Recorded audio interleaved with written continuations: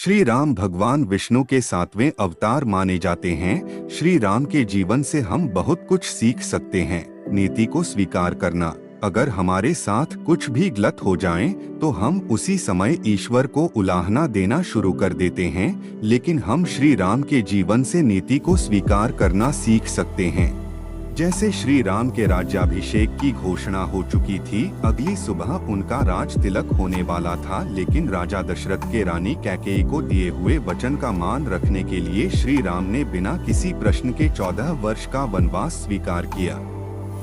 वह चाहते तो इनकार कर सकते थे, क्योंकि राजा दशरथ स्वयं यही चाहते थे कि श्री राम वन न जाएं, लेकिन श्री राम जानते थे कि इससे उनके कुल की रीत टूट जाएगी, क्योंकि रघुकुल रीत सदा चली आई, प्राण जाए पर वचन न जाई। उन्होंने नीति को स्वीकार किया। हम में से कोई होता तो उल्टा पिता से प्रश्न करता कि आपने ऐसा वचन ही क्यों दिया? हाँ, अगर दे ही दिया तो मैं क्यों स्वीकार करूं?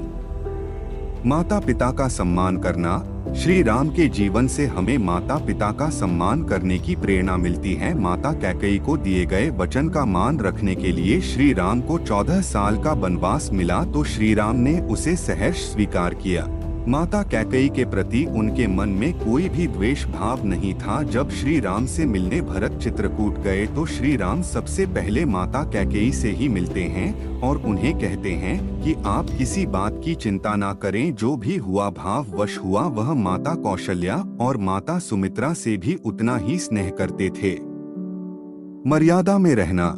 श्री राम से हम मर्यादा में रहना सीख सकते हैं। श्री राम को मर्यादा पुरुषोत्तम कहा जाता है। उन्होंने पूरे जीवन काल में कभी मर्यादा को नहीं लांघा, कभी किसी के राज्य अतिक्रमण नहीं किया। बाली को मारा था, उसका राज्य सुग्रीव को सौंप दिया। रावण का राज्य विभीषण को सौंप दिया। जीवन पर्यंत एक पत्नी व्रत रहे। धैर्य और विनम्रता।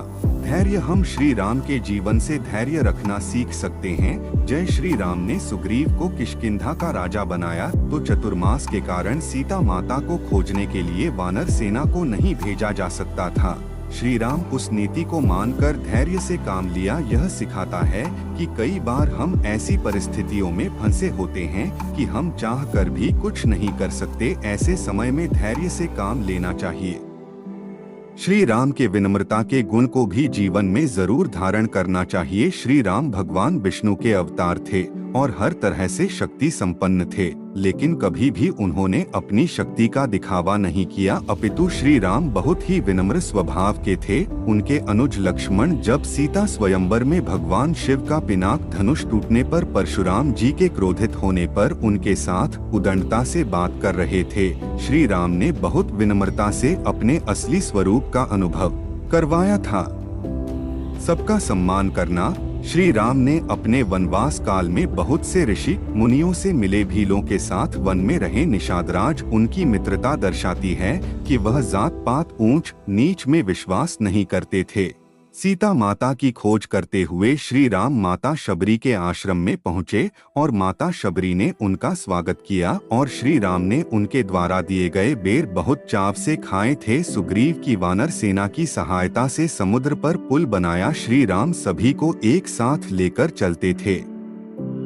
गुरु और ऋषि मुनियों को उचित सम्मान। श्री राम के जीवन से हम गुरु का जीवन में उचित सम्मान करना सीखना चाहिए। महर्षि विश्वामित्र, महर्षि वाल्मीकि और अगस्त्य जी जानते थे कि श्री राम भगवान विष्णु के अवतार हैं। उनका जन्म राक्षसों का वध करने के लिए हुआ है, लेकिन श्री राम इतने विनम्र थे कि उनको उचित सम्मान देने के लिए उनकी आज्ञा से कार्य करते थे।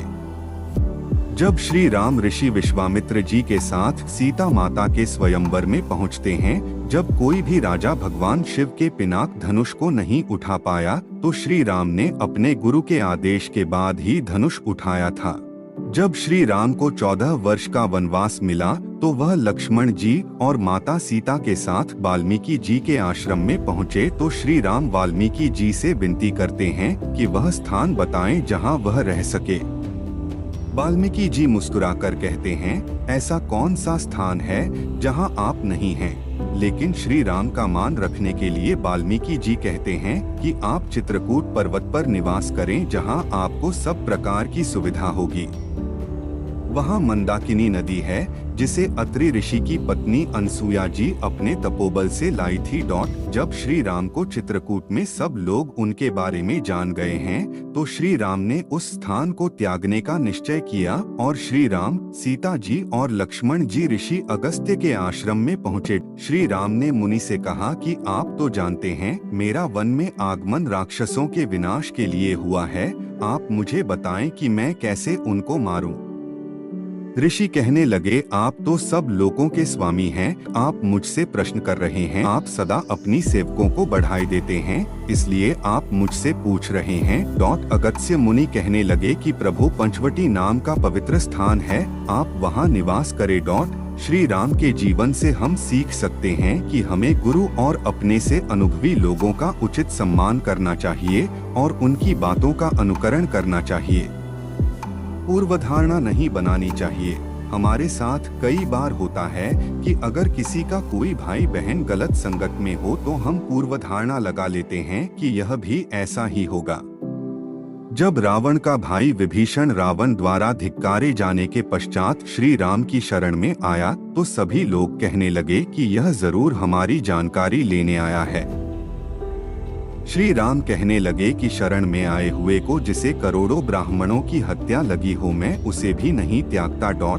यदि रावण ने उसे भेद लेने भेजा है तो भी हमें उससे भय या हानि नहीं है, लेकिन अगर वह भयभीत होकर मेरी शरण में आया है तो मैं उसे प्राणों की तरह रखूंगा। इस तरह श्री राम का विभीषण को अपनी सेना में रखना भविष्य में फायदेमंद साबित हुआ।